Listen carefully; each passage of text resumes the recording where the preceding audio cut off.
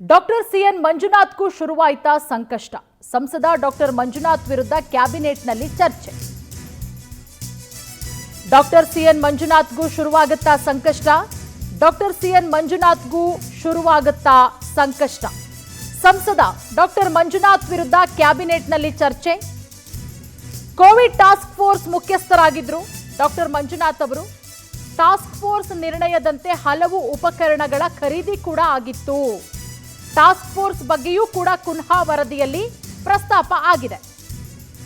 ನೋಡಿ, 2024-25ನೇ ಸಾಲಿನ ಸಂಸದ ಡಾಕ್ಟರ್ ಮಂಜುನಾಥ್ ವಿರುದ್ಧ ಕ್ಯಾಬಿನೆಟ್ನಲ್ಲೂ ಕೂಡ ಈ ಬಗ್ಗೆ ಚರ್ಚೆ ಆಗುತ್ತೆ. ಇವತ್ತು ಸಚಿವ ಸಂಪುಟ ಸಭೆಯಲ್ಲಿ ಅದೆಲ್ಲದರ ಬಗ್ಗೆ ಚರ್ಚೆ ಕೂಡ ಆಗಿದೆ.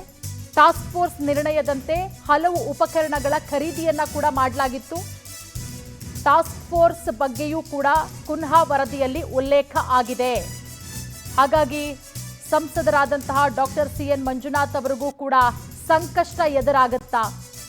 ಯಾಕಂದ್ರೆ ಕೋವಿಡ್ ಮುಖ್ಯಸ್ಥರಾಗಿದ್ರು, ಕೋವಿಡ್ ಟಾಸ್ಕ್ ಫೋರ್ಸ್ನ ಮುಖ್ಯಸ್ಥರಾಗಿದ್ರು ಡಾಕ್ಟರ್ ಮಂಜುನಾಥ್ ಅವರು. ಉಪಕರಣಗಳ ಖರೀದಿಯಲ್ಲಿ ಸಾಕಷ್ಟು ಅವ್ಯವಹಾರ ಆಗಿದೆ ಅನ್ನುವಂತಹ ಸಾಕಷ್ಟು ಆರೋಪಗಳು ಕೂಡ ಕೇಳಿಬರ್ತಾ ಇದೆ.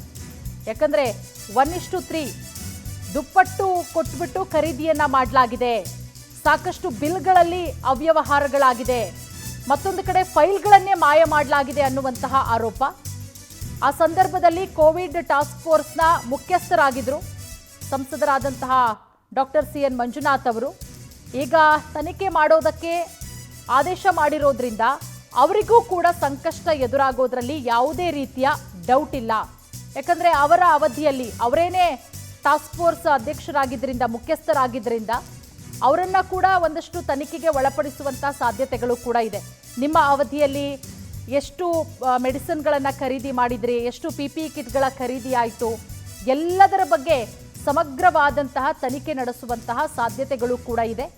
ಒಂದು ವೇಳೆ SIT ವರದಿಯಲ್ಲಿ ತನಿಖೆಯಲ್ಲಿ ಹೌದು ಹಗರಣ ಆಗಿರೋದು ಸಾಬೀತಾದರೆ ಡಾಕ್ಟರ್ ಸಿಎನ್ ಮಂಜುನಾಥ್ ಅವರು ಸಂಸದರಿಗೂ ಕೂಡ ಸಂಕಷ್ಟ ತಪ್ಪಿದ್ದಲ್ಲ.